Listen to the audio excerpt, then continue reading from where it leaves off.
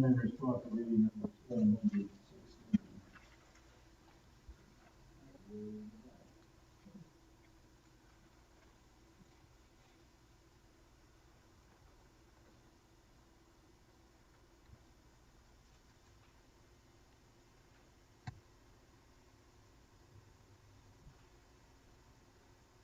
What does the Lord require of you but to do justice, and to love kindness, and to walk humbly with your God?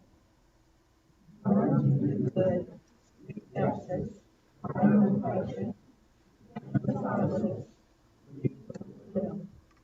Well, if you really fulfill the royal law according to the Scriptures, you shall love your neighbor as yourself, and do well. Show partiality, by the law, and sacrifice.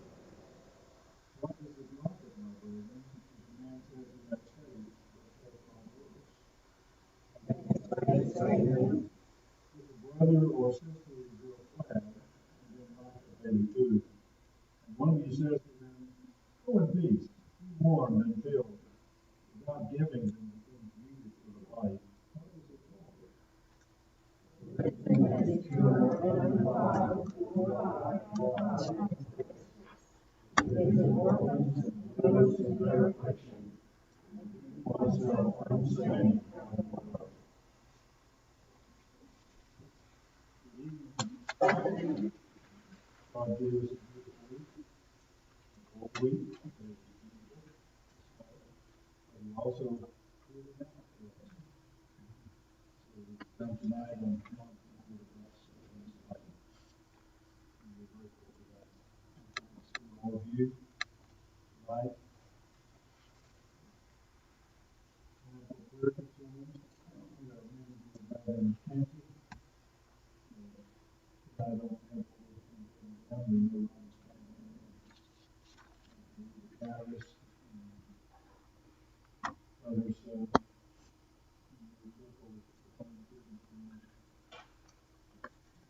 Now, some Sunday school this morning, everybody has still doing the big same program community now.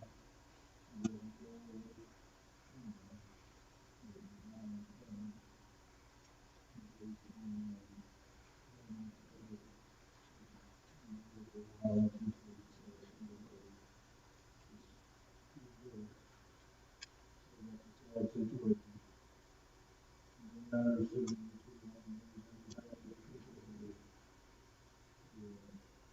mourning the loss of many in the school with us.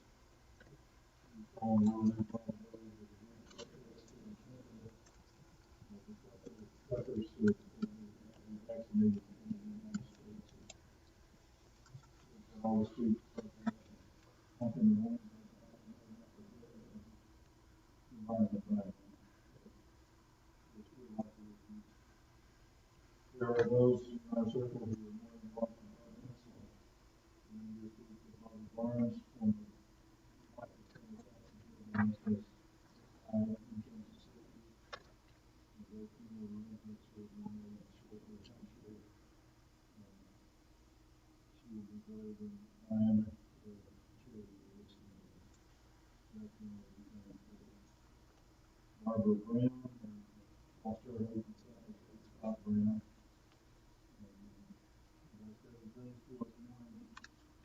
I don't know the one I've seen a little agree with this one like this, but when it's sudden like that,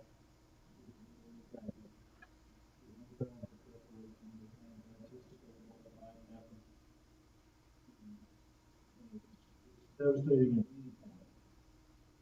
But it's expected to put that thing. They're our neighbors, for those that don't know that. The other arm of our addition, so we want to go on. And I know you really before the out there.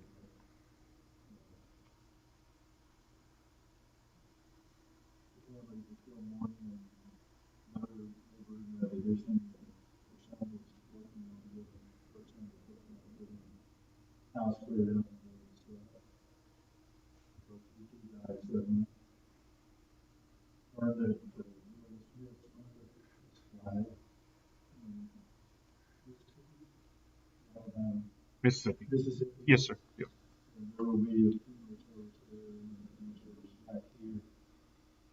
And then burial in the cemetery for that.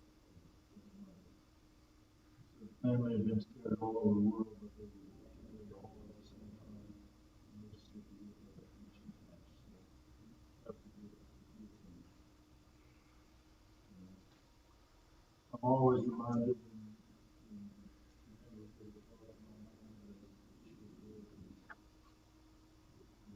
ongoing crisis, primarily in Russia and Ukraine, but everybody gets involved in this. China and North Korea, not just us. So we seem to be trying to target for life. And it's working with us and it's a very serious situation and basically survival. Those are the ones I have a lot of these Bob Dawson. Bob Dawson.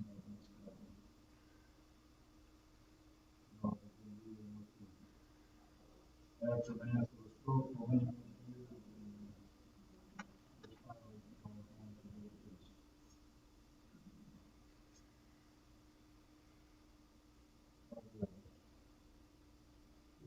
We like to keep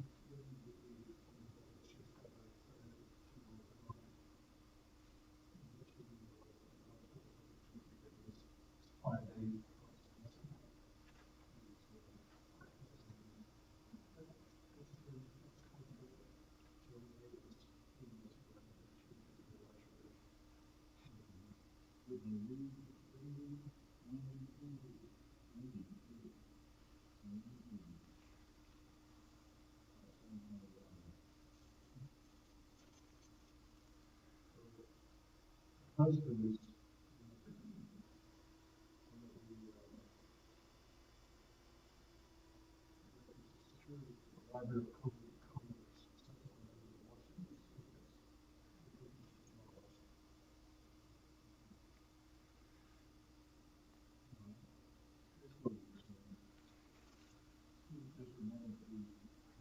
those who are expected to use it beyond my dimensions.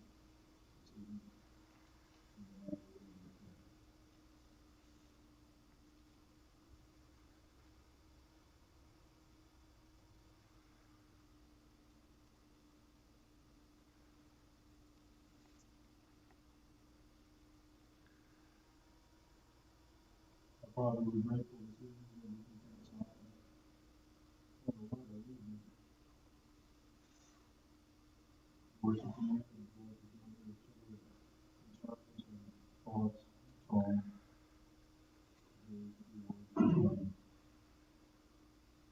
thank you for the gift of snow.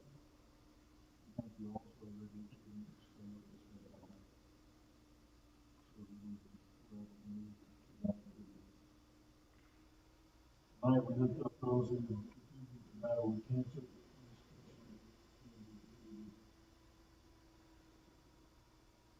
for Robert Starbuck and for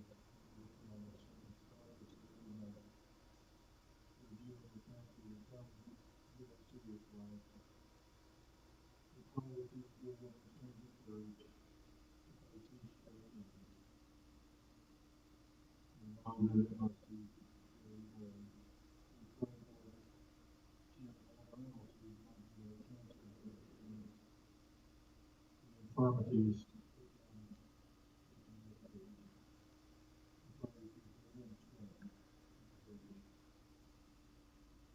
Try to face these difficult days. Teach us to make their spirits and faithful and loving. Help us to help them. We pray for those who are dealing with COVID. This pandemic that continues to hang on and be with us. Take loved ones who have been released. Take the people in hospitals and intensive care units and others. And we pray that our scientists will continue to work and our doctors and healthcare professionals will continue to make the strength of cases. It's difficult to watch people suffer and times by. In those situations that you would place in the medical situation. We pray that you continue to do things to the families who mourn the loss of loved ones. The Barnes family, the Brown family, the Smith family, and the Dawson family. We pray that you would surround them with your care, comfort, and protection, and that you would fill them in these spaces with happy memories. Thank you, grateful God. We pray for peace in our world. Very difficult for all to defend. We pray that world leaders would stop the sacred weapon and begin discussions and wars, recognizing what is good and what is right, what is fair. We pray that you would provide the people that are being Palestinians who are suffering from food shortages and lack of housing. May we be making whatever way out that we can in those situations. We pray that you would just remind us to bring the message, the words that you would have us say. Help us in the mighty attentive and before the proclaiming the word by living our lives and living examples of Christ's name.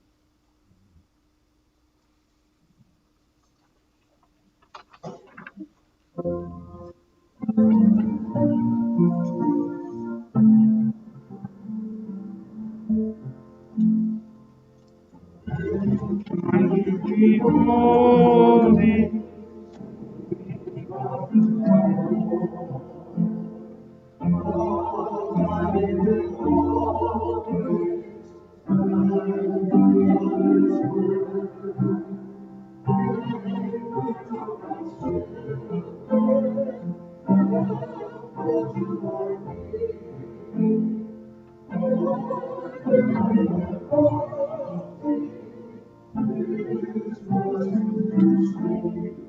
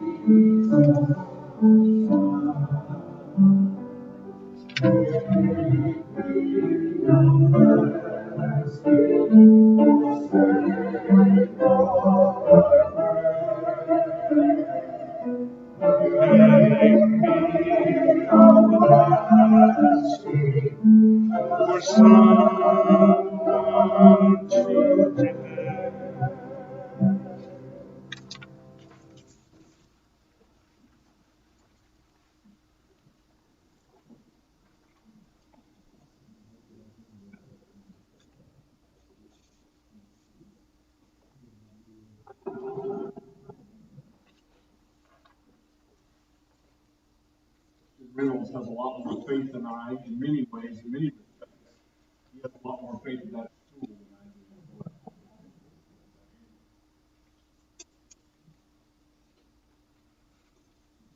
It is a pleasure to be with you, and a pleasure to call you my brothers and sisters and my friends. I want you to know that this time specifically, getting to relate to you and know you and be with you has taught me some maybe important lessons and caused me to think about many things. When you take time for the prayer request time and for the meeting with John and Johnny, when they rotate and do that, it reminds me, whether intentionally or unintentionally, it reminds me of the value of savoring every moment in a pretty day or a snowy day or a relationship for the time that you have it and seeing and recognizing that as a blessing of God. Someone in my family situation, and maybe it's a product of age. You all can tell me that. It probably is in some ways. I'm far too quick to get wrapped up in the problems of a moment and forget that it's a blessing. So I am far too quick to become impatient when my young children want to have a good time out in the snow, and instead of enjoying the fact that they desire to get outside, I get wrapped up in how hard can it be to put his shoe on and keep the coat on at the same time while you put your shoe on? But Dad, I am pushing. You're not pushing hard enough. We're gonna have a good time. Uh, it's an important thing to value those moments, and I appreciate you teaching me that, and I'm trying to learn. I also do appreciate the recognition on the order of service. I've been told and somewhat promised by the preparer of such order that it will always have that title of doctor there, but I do appreciate the recognition and I appreciate the support and encouragement you all have given me during that time. It typically you bring it is official, and so I appreciate that. But, if I may, Justin is just fine. I'll stick with Justin, but I appreciate the support and the encouragement and acknowledgement for that. All right. We are going to continue with our theme tonight on Say That Again, where we take a quote from an individual and then go to biblical text to kind of examine what that is, what that quote might be saying or how we can learn from it. Tonight, our quote comes from Agnes Doxa Botaksu. I'll try one more time. Agnes Doxa Botaksu. Agnes, Albanian by ancestry, born in what is present-day Macedonia in 1910, at the time part of the Ottoman Empire, founded the Missionaries of Charity in 1950, left home at the age of 18, arriving in India in 1929, taught at two schools for 20 years, a combination of 20 years before founding the Houses of Charity, the Missionaries of Charity. She received that call, that she calls a call within a call in 1950 to live among the poor of Calcutta. By the year 2007, there were the Missionaries of Charity. There were 450 brothers, 5,000 sisters, and 600 missions in 120 countries. You probably know her better as Mother Teresa. Not without her critics of her personal life and of the handling of some of the funds, but the sheer commitment to serve those on the margins of society is certainly something to be examined, something to be studied, and something to be appreciated. It does remind us, though, that we are talking about people when we're talking about these words. And none of us are without fault or blame, certainly, but by her example and the example of others, we can maybe get a little closer to Christ as we are called to. Here's the quote from Mother Teresa. And there are several, but the one we're looking at tonight. Poverty is not created by God. It is we who have caused it, you and I, through our egotism. Poverty is not created by God. It is we who have caused it, you and I, through our egotism. We closely associate, maybe there's something to be said, the ministry of Mother Teresa with the poor and the impoverished. It was not only those without money, but those afflicted with HIV/AIDS, those with leprosy, tuberculosis, all those kind of things that specifically were reached in the houses of missionaries of charity and spreads through, again, through 150 countries all over the world. So she certainly can speak from a place of experience and form this opinion and this quote. And when we think of the issue of poverty, we should readily think of the example of Christ and what Christ had to say about it. And I have quite a bit to say about it. Now, you do well to, and we'll talk about this a little bit, to kind of establish the boundaries when we're talking about poverty. What do we mean when we say poverty? What did Agnes, or meaning when she said poverty is not created by God? We immediately, I'm assuming, most of us immediately go to material poverty, a lack of material possessions and a lack of material courtesy. But we've been around enough and seen enough and understand enough to know that there are many types of poverty and many impoverishments that can happen. Is it a lack of material goods, or is it a lack of access? Is it a lack of education? Is it a lack of experience? Is it a lack of all of these different kind of things that can be with poverty, that can be summed up in poverty? And Jesus certainly spoke to a lot of those, and spoke to many of those things. And so, as a text tonight, I'd like to go to Matthew chapter 26.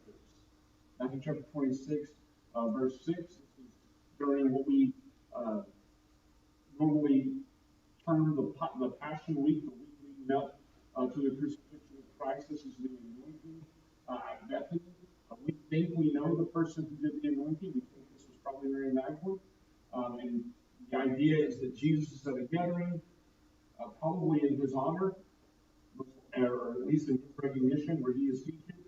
And this woman, who would have been on the outskirts of society and certainly on the outskirts of this group, makes her way into this gathering. So in verse 6, while Jesus was in Bethany, in the home of Simon the leper, who was healed, a woman came to him with an alabaster jar of very expensive perfume, poured on his head as he was reclining at the table. When the disciples saw this, they were indignant, which is the churchy word for angry. More specific, but I like my job. Angry. Why this waste? They asked. This perfume could have been sold at a high price and the money given to the poor. Aware of this, Jesus said to them, why are you bothering this woman? She has done a beautiful thing to me. Now that's an interesting frame of the sentence. He's saying what she has done to me is beautiful, or in my perspective, from my perspective, this is a beautiful thing. And the answer is probably yes. The poor you will always have with you. Probably one of the most famous quotes of Jesus. But you will not always have me. When she poured this perfume on my body, she did it to prepare me for burial. Truly I tell you, wherever this gospel is preached throughout the world, what she has done will also be told in memory of her. So this lesson from this impoverished woman gets to this root of poverty, or this root of Jesus' teaching on poverty, perhaps. And that phrase that is always picked out, the poor you will always have with you, but me you will not always have. Now, Jesus is talking in a specific context at a specific time, and we're going to kind of look at some of that. The first thing we see here is what is honored. And what is honored is the commitment to Christ. That's the center of this text. We have honored this woman's commitment to take something very expensive, and the details of how she would have been able to come into possession of this very expensive perfume are probably, again, something that would be on the margins of religious society and even a moral character. And yet she has this. And she takes this that probably in other gospel accounts we're told maybe a year's wage, average wage. And she takes it, and seemingly, at least in the disciples' view, and in a very common sense view, she wastes it. She wastes it in the middle. But it's not a waste in the eyes of Christ and in the perspective of Christ, because he takes it probably beyond her own understanding, certainly, most likely beyond her understanding, to say, to make it synonymous with the preparation for burial that they would have done with spices and perfume as the body was laid in the grave. And he says, Christ says, what she has done will be talked about, will be remembered as often and as long as the gospel is preached. And that's one of those things, that's one of those prophecies of Jesus that we can immediately say, well, we're talking about it now. And certainly there have been books and songs composed about this particular event. So we see Jesus' words fulfilled in that way. And what we see in her commitment is something that goes beyond the servant.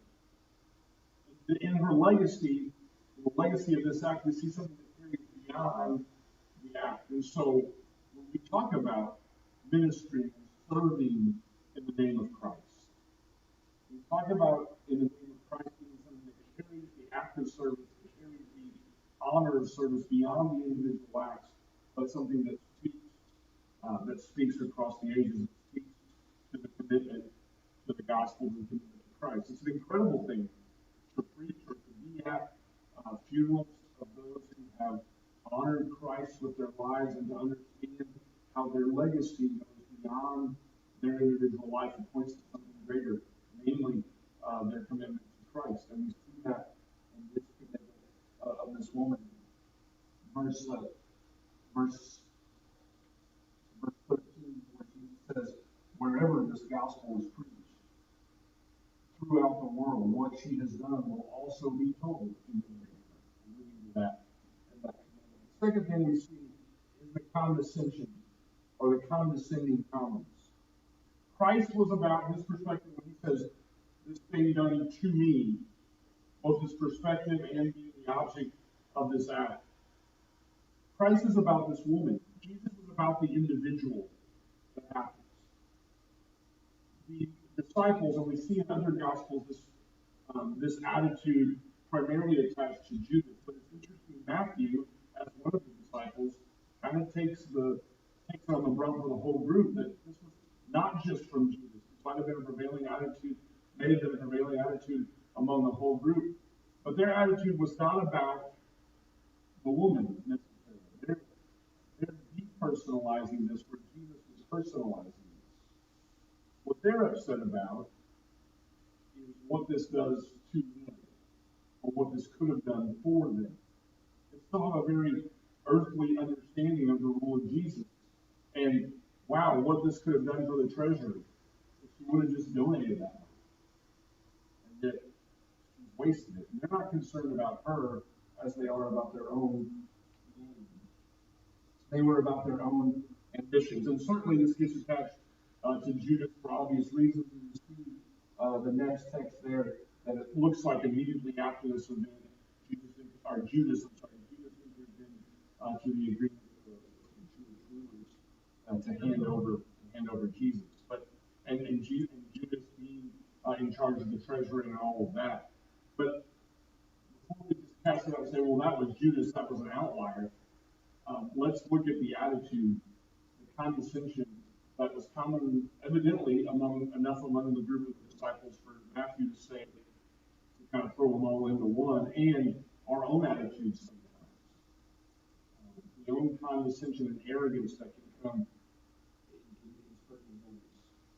And so we see the correction from Christ. He immediately says, why do you trouble this woman?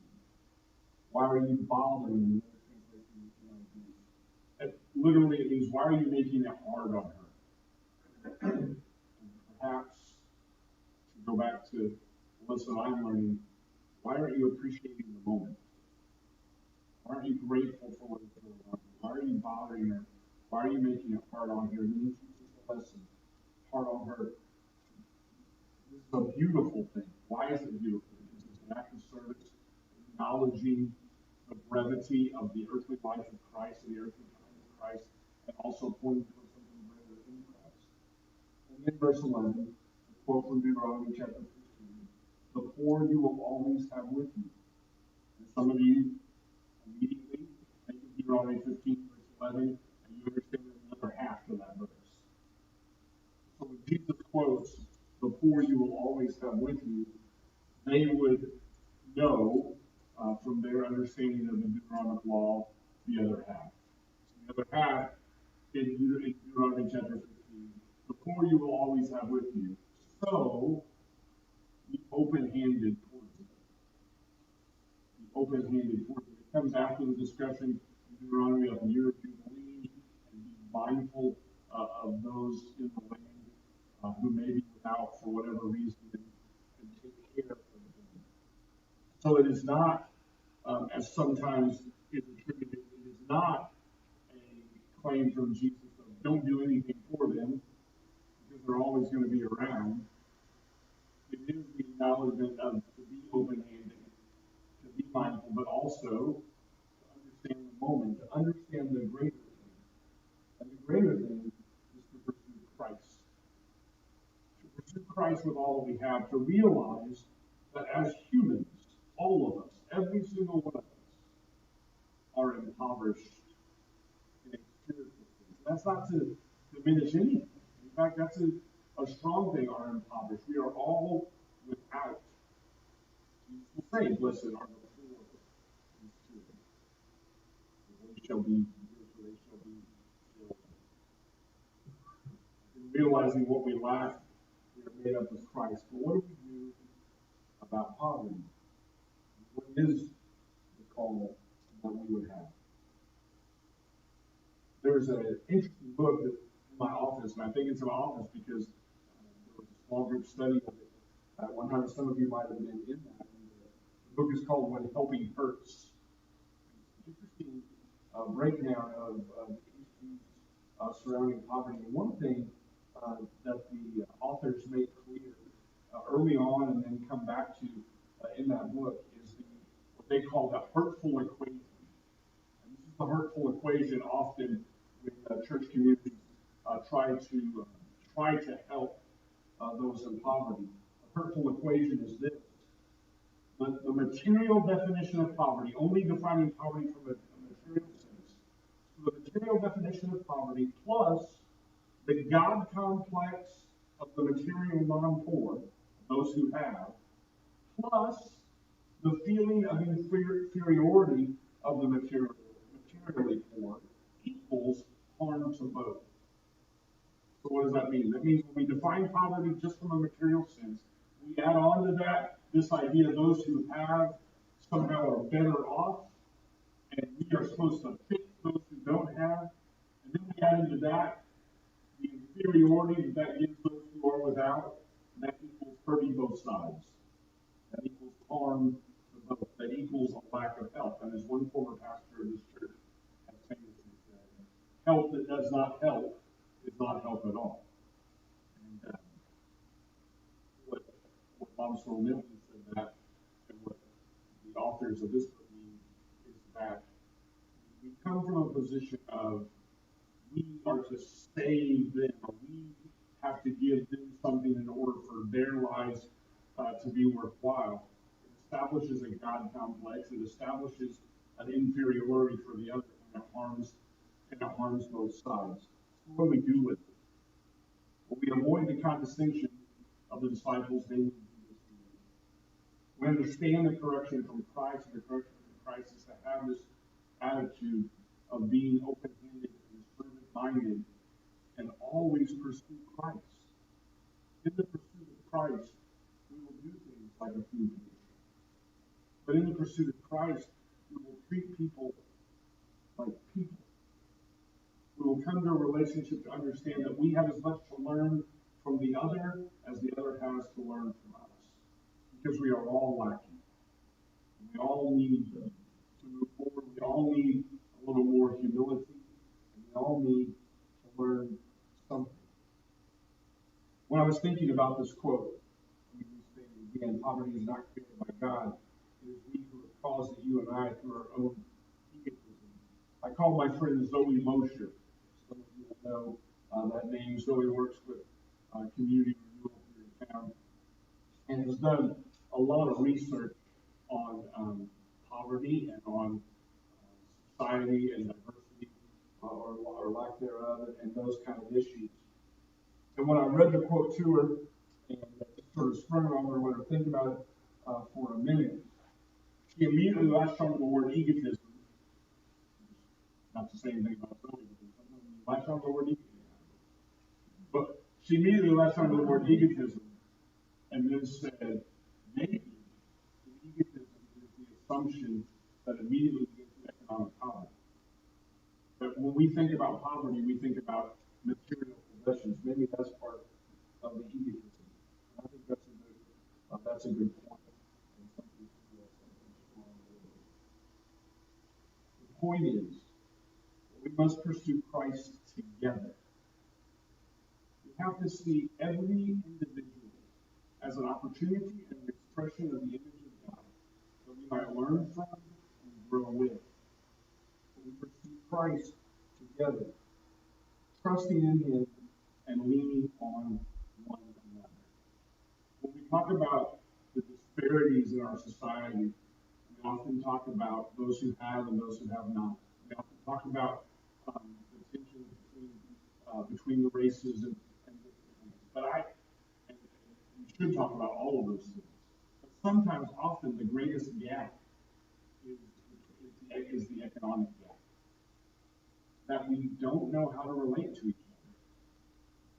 That we, sometimes those in a greater position, see those in a lesser position as someone that they have to help and make better and fix. And sometimes those in a lesser economic position may view those in a better economic or a higher economic position as the ones who they can get from. We need to learn to understand and see each other as people and work with one another and help one another as we can and learn from one another always, always, and above all things, pursuing Christ together. Again, I opened with confession and I'll end with confession. There are times when people stop by the church for help. And first of all, let's acknowledge that as much as we think things have changed, still, when people need help, they often come to the church. And that's not something we should be real upset about. That's probably something we should welcome. But often, sometimes, when people come by for help, I am very quick to ask them what they need, to get them what they need, and get them down the road. What I am learning is to listen just enough to remember that these are people. I have something to learn from them. They have something to give to me or to someone else. Does it always end rosy? Does it always end well? No. Are there problems with manipulation and taking advantage of? Absolutely. And those things need to be addressed and need to be fixed. And ultimately, our lives are about pursuing Christ, seeing Christ, and learning from Christ. Let us be open-handed. Let us be open-hearted. Let us be open-minded to see what we can learn and to see how we can grow. Let me pray for this. Dear God, it is always good to be reminded of our need for humility. Sometimes we can become prideful about the silliest things. So help us, Lord, to repent. Help us to trust in you and to lean on you. There is no shortage of pain. There is no shortage of problems and struggles. Help us to take the pursuit of you seriously and continue to do so. Help us to lean on and learn from one another wherever we might come from, whatever perspective we might have. It's in Jesus' name we pray.